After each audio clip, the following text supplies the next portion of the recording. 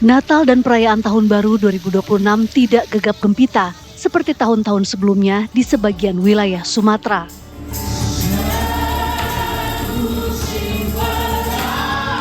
Keprihatinan harus dilalui umat Kristiani yang tertimpa dampak banjir bandang dan longsor sejak November lalu.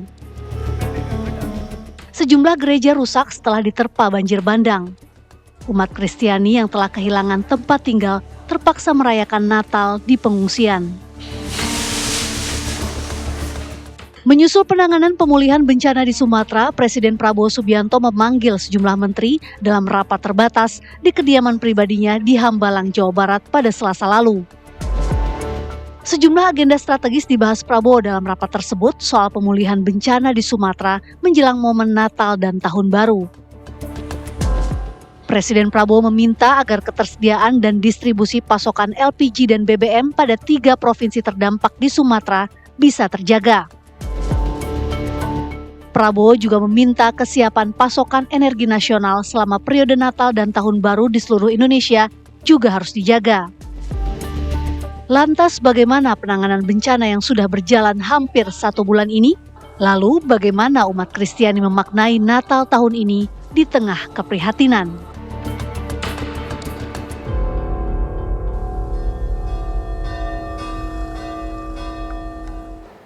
Di momen perayaan Natal ini pemirsa, kita ingin tahu bagaimana penanganan bencana sejauh ini. Kita akan bahas bersama dengan sejumlah narasumber. Saya akan perkenalkan untuk Anda yang sudah hadir di studio TV One. Di sebelah kanan saya sudah ada Respiratori Sadam Al-Jihad, tenaga ahli utama KSP. Selamat malam Pak Sadam.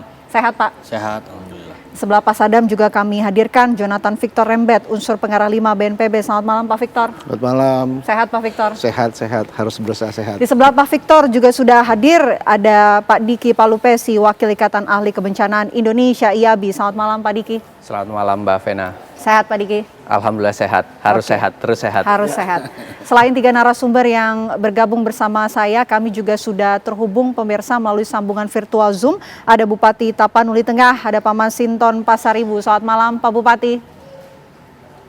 Ya, selamat malam Mbak Vena, Pak Victor, Pak Sadam, dan Pak Dwi. Selamat malam Bang. Kami ucapkan selamat Natal Pak Bupati dan juga untuk warga Tapanuli Tengah yang merayakan. Tapi kami ingin tahu Pak Bupati bagaimana kondisi di Tapanuli Tengah saat ini. Nah, kondisi di Tapanuli Tengah itu saat ini di data kami ada lebih kurang sekitar 70-an lebih tempat ibadah yang mengalami kerusakan, baik rusak ringan, sedang, berat. Nah itu ada gereja, ada masjid, ada musola begitu ya. Dan sekarang dalam suasana Natal, masyarakat kami merayakan Natal, ibadah Natal itu tentu dengan suasana keprihatinan, tidak seperti Natal-Natal sebelumnya. Nah suasana keprihatinan ini tentu sesuai dengan kondisi bencana yang dialami oleh masyarakat di Kabupaten Tapanuli Tengah, bencana banjir bandang dan tanah longsor. Nah, suasana kesederhanaan ini tentu tanpa mengurangi makna Natal itu sendiri. Makna Natal itu sebagai pengingat kita untuk tetap menjaga asa, harapan, ya, kemudian meningkatkan solidaritas, persaudaraan dan kemanusiaan. Dan selain itu tentu agar kita tetap peduli menjaga lingkungan hidup kita. Agar ke depan kita bisa memaknai bahwa bencana ini bukan sebagai sebuah akhir tetapi sebagai sebuah awal untuk kita terlahir baru kembali dengan semangat baru, menjalin solidaritas dan kemanusiaan dan kemudian juga meningkatkan kepedulian kita terhadap lingkungan hidup itu. Oke, begitu kondisinya di Tapanuli Tengah. Tapi saya ingin bergeser ke Pak Victor. Pak Victor, kami ingin dapat gambaran fase penanganan umum, gambaran umum yang telah dilakukan oleh BNPB sejauh ini seperti apa? Ya, sudah tentu beberapa daerah sudah memajukan SK tanggap darurat ketiga.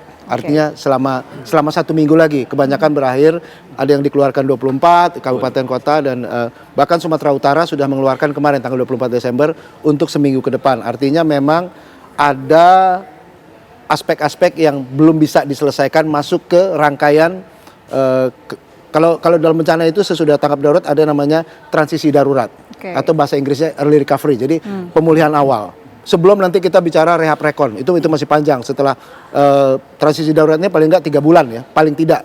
Tetapi memang ketika kita bicara para pemerintah kabupaten kota yang merasa bahwa mereka masih harus memperpanjang dan kemudian ditangkap oleh pemerintah provinsi, memang masih memerlukan aspek-aspek yang utama, misalnya permakanan, logistik, lalu kemudian kebutuhan dasar dipenuhi. Dan walaupun sudah dimulai dengan Huntara, sudah beberapa di Aceh misalnya sudah 6 kabupaten sudah memulai dengan Huntara, di Sumatera Utara sekitar 4, lalu kemudian di Sumatera Barat juga demikian. Jadi artinya Huntara itu sudah dipersiapkan.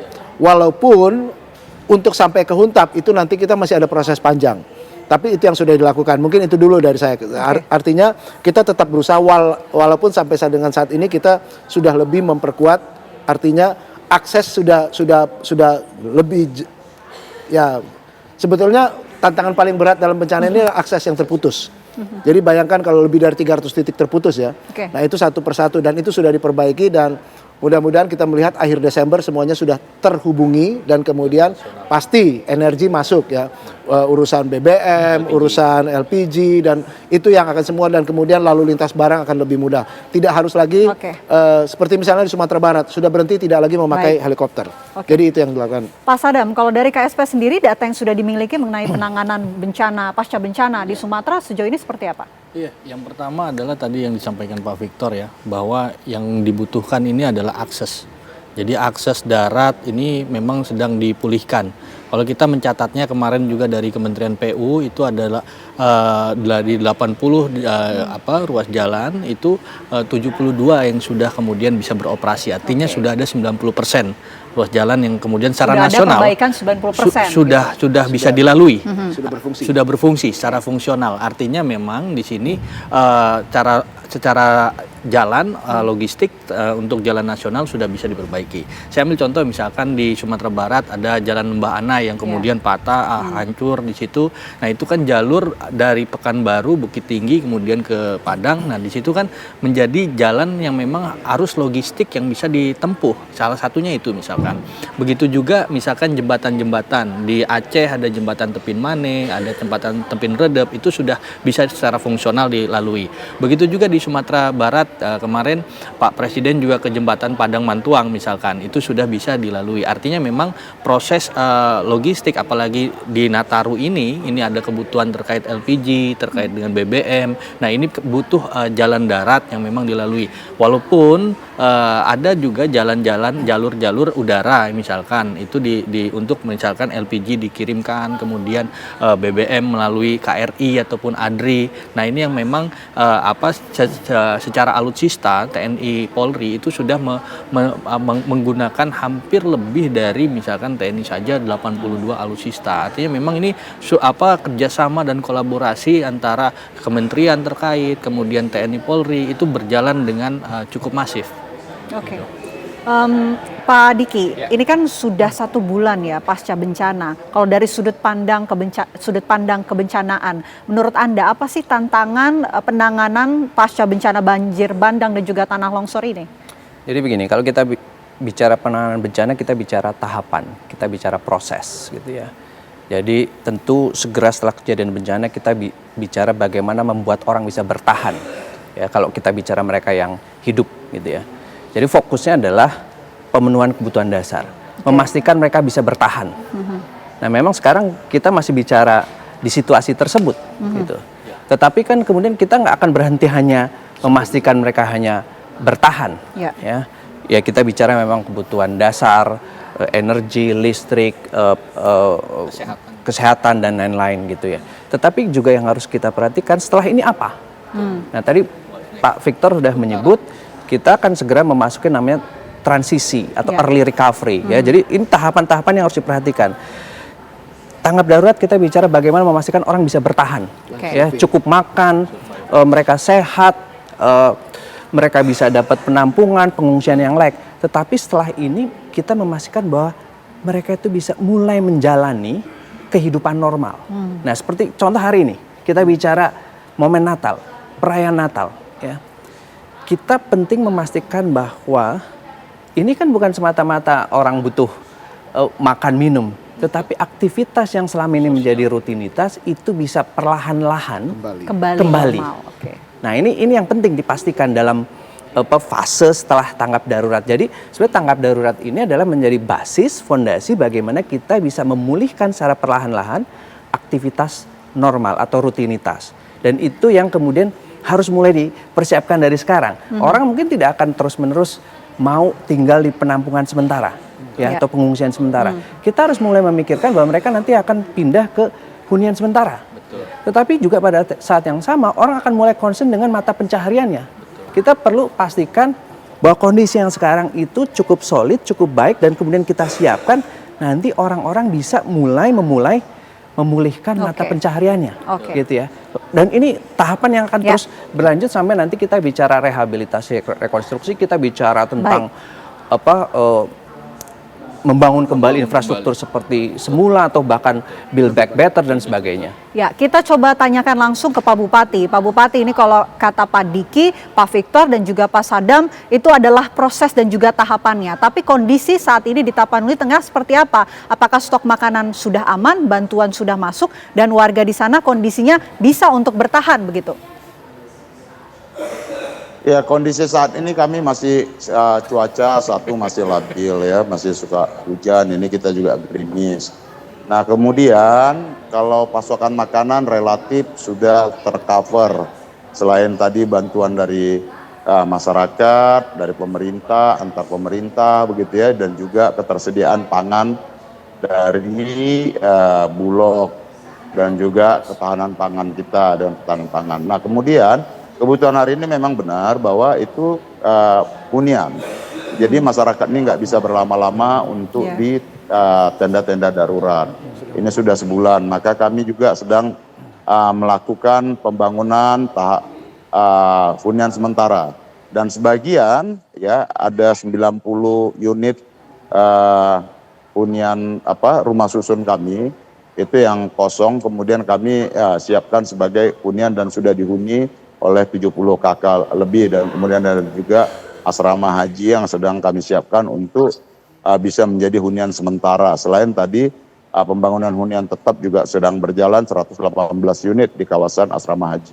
Nah kemudian kami juga selain tadi ya, masyarakat kan praktis ketika sejak bencana itu mereka nggak pegang uang, kemudian sumber kepenghidupannya, sawahnya kemudian rusak total gitu ya, dan yang melekat di baju mereka di badan mereka itu hanya baju sepotong gitu ya di awalnya. Dan jadi mereka memang butuh sumber-sumber penghidupan.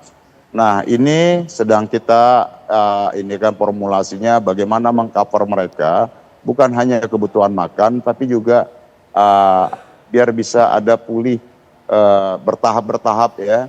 Apa yang menjadi sumber-sumber pendapatan mereka. Kami mencoba dengan formula kerja seperti kerja padat karya yang bisa mengakomodir beberapa warga untuk bisa melakukan kerja-kerja perbaikan, ya pembersihan dan lain sebagainya. Nah tentu memang tantangan hari ini adalah penyediaan hunian-hunian sementara maupun nanti hunian tetap. Nah maka bagi kami prioritaskan untuk membangun hunian sementara sambil proses untuk pembangunan hunian tetap terkait lahan ya yang harus clear and clean itu tetap kami sediakan ya, dan kemudian nanti bisa dibangunkan menjadi hunian tetap. Nah sekarang memang masyarakat ini perlu intensitas pendampingan itu agar mereka tetap bisa mampu menjaga asa harapan mereka seperti itu.